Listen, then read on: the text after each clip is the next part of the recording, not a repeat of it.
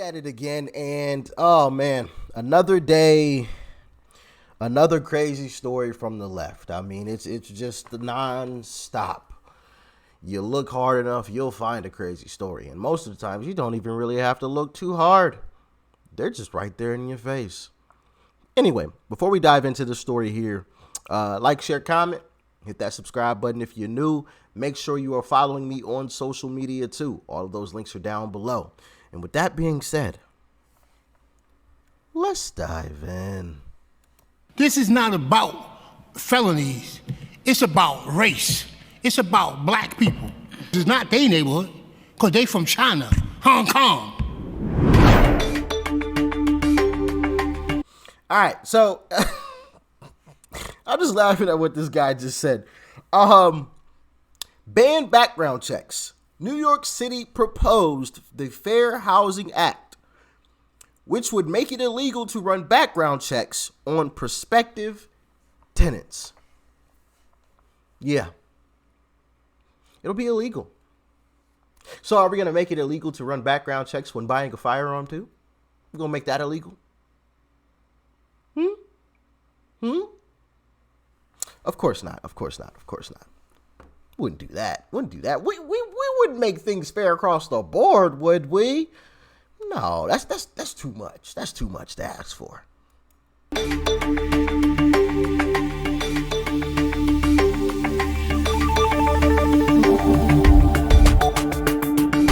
Yorkers have the right to feel safe in their homes, and our laws should protect residents from known risk in a fair and transparent manner.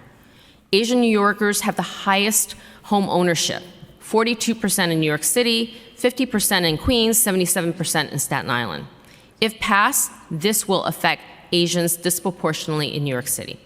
Not only have homeowners and small landlords have been distressed and harmed by pro-tenant policies made worse in the past 3 years, they are now put in danger of living upstairs from possible dangerous criminals.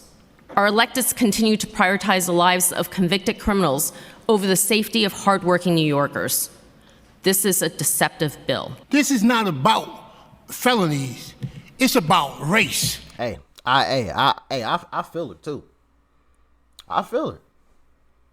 You know, you get rid of that, and now you're moving in people right underneath me or right next to me. That really? That's all right. Bill. This is not about felonies. Hold on.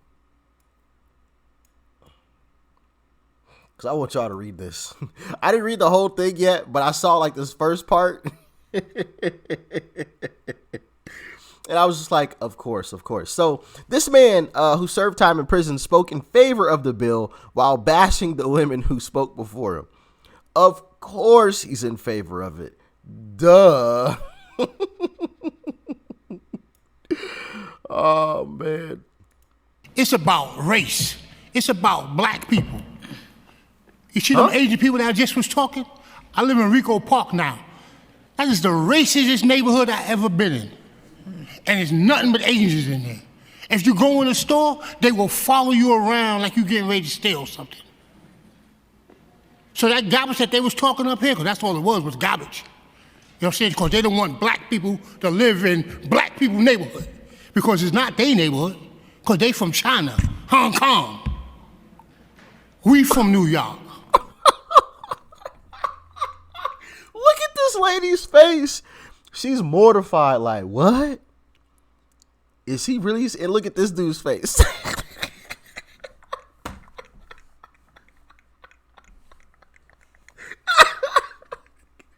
They are absolutely mortified. Black people to live in black people's neighborhood, because it's not their neighborhood, because they from China, Hong Kong. We from New York. This bill has got to be passed. Bro, he is so serious too. It got to be passed so that other people can live better. I'm just kind of astounded, quite frankly, at how certain the opposition is to know the outcomes of those who want housing in the future. I don't have that ability. I'm amazed that people say, oh, right? You feel me on that? So I'm concerned about that. On the surface, this bill would seem like a laudable This group expressed their belief that the bill would actually do more harm than good. Attempt to address housing and discriminatory practices. However, as currently written, this bill would do neither. Instead, it could destabilize the housing market and harm the most vulnerable. Ban-the-Box studies have shown that Black men's chances of being hired has decreased by 5.1% and Hispanic men by 2.9%.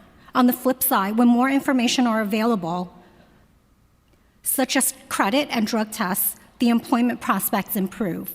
I fear that this legislation, should it become law, will increase the discrimination of Black and Hispanic men because of the pretense that they might be involved in the criminal justice system. Housing in New York City is so complicated. I have so many friends who have tenants who are harassing them that don't have criminal records, and they have trouble getting rid of those tenants because, unfortunately, our laws do favor tenants most of the time. From your perspective, you want to sort of limit, what are you saying? No, you're misunderstanding me. The first thing I think about is the only power that I have left on behalf of the people in my building is a criminal background check. So I want a criminal background check for the next person. And all I'm saying to you is I hear that, and I think there are other things that the city can do to support what you're saying that does not necessarily have to do with criminal background checks. But that's not what happens on the ground. I hear you. I'm sorry. I hear you. It's like a restaurant. You guys are front of the house. The back of the house is a whole nother thing. So that's what I'm saying. I hear you. And so while we try to reconcile this bill, all I'm saying is there are other measures that are currently not in place that would also get to what you're saying that have nothing to do with this bill. We need you. Oh, y'all hear this tap dancing going on? I don't even know how this even became a thing. Well, I mean, I do know how it became a thing. It's New York City, of course. If any place, New York and California, this is where I would expect something like this to pop up. But why are they so against background checks?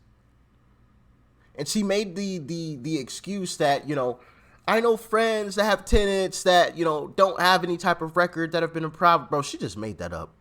She just complete. Now,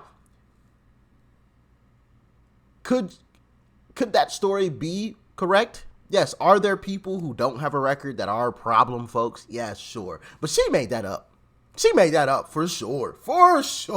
To make her story or her reasoning sound good. She pulled that out of her behind with that. But as far as the background checks go, that is just a simple line of defense to help protect innocent folks who want to live and feel like they are safe. And I understand that. Is it 100%? No, because like I just admitted, there could be someone who doesn't have a record that is just an absolute nuisance, or just decides one day, you know what? I'm about to catch a body, So while it's not foolproof, it is some type of insurance. And what this lady is speaking about, she has no other way to do the same thing that this lady was proposing. She just made that up too. If she did have a way, she just would have said it. If you truly had a way to do what the background checks are supposed to do, which is help to create a safe environment for, the elderly. This lady looks like she's a little bit elder. Then you would have named those things, or at least a couple of them. You just would have said, hey, this, for example, blah, blah, blah would help, to curtail those types of situations and keep the area safe. You just would have named it, but you didn't, which to me says a lot. But anyway, let's continue on. As representatives, to really take the time and go through these concerns and address them in this law, and not just be bleeding hearts for people that, yes, some of them do deserve second chances, but there are ones that really are violent, are evil, and are repeating offenses that will cause harm to law-abiding citizens. Thank you. Thank you. I respectfully disagree with some of the things you said, but I just want to reiterate, this is the purpose of a hearing.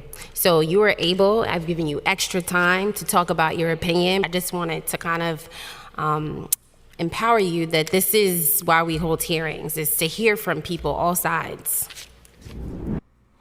It shouldn't even be a hearing in the first place, but hey, this is where we are in this country. This is where we are. We're proposing stuff like this absolute insanity, where we're proposing stuff like in Illinois, where they're gonna allow anybody with less than who's committed less than second degree, I believe, murder, is going to be set free.